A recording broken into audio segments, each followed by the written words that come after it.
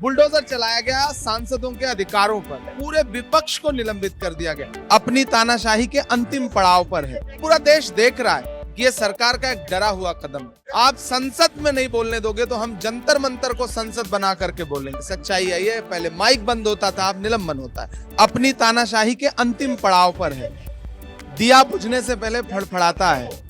India alliance जब से form हुआ है, ये सरकार दिखाना चाहती है कि नहीं, उनकी डिक्टेटरशिप लोकतंत्र पे हावी है। लेकिन मेरा मानना है कि जब सरकार ज्यादा डरती है लोकतंत्र के पहरुओं से, तो फिर इस तरह के तरीके अपनाती। पूरी संसद को निलंबित कर दिया, पूरे विपक्ष को निलंबित कर दिया गया, और पूरा देश देख रहा है कि ये सरकार का एक डरा हुआ कदम है। बुलडोजर चलाया गया सांसदों के अधिकारों पर, पूरे विपक्ष को निलंबित कर दिया गया, अपनी तानाशाही के अंतिम पड़ाव पर है। पूरा देश देख रहा है कि ये सरकार का एक डरा हुआ कदम है। आप संसद में नहीं बोलने दोगे तो हम जंतर मंतर को संसद बना करके बोलेंगे। सच्चाई है ये, पहले माइक बंद होता था, अब निलंबन होता है। अपनी तानाशाही के अंतिम पड़ाव पर है, दिया बुझने से पहले फड़फड़ाता है। इंडिया अलायंस जब से फॉर्म हुआ है, ये सरकार दिखाना चाहती है कि नहीं, उनकी डिक्टेटरशिप लोकतंत्र पे हावी है।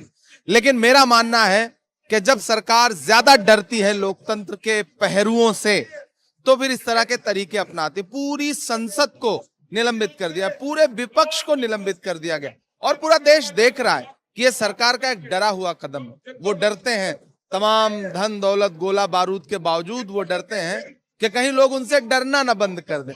तो लोगों ने डरना बंद कर दिया। राहुल गांधी का जो नारा है कि डरो मत, उस नारे ने देश के लोगों में एक हिम्मत भरी है, हौसला दिया है, और वही वजह है कि आज पूरा विपक्ष इस सरकार के खिलाफ खड़ा है।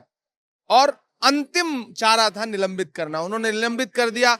लोकतंत्र के मंदिर में बुलडोजर चलाया गया सांसदों के अधिकारों पर, लेकिन हम डर नहीं रहे, हम सड़क पर उतरे, हम जंतर मंतर पर बैठे हैं। आप संसद में नहीं बोलने दोगे तो हम जंतर मंतर को संसद बना करके बोलेंगे। आप शुरू करिए, रमेश बिधूड़ी, टेनी जी, बृजभूषण शरण सिंह, प्रताप सिम्हा, एक लंबी फहरिस्त है जिन पे क्या कार्रवाई हो रही है किसी को पता भी नहीं।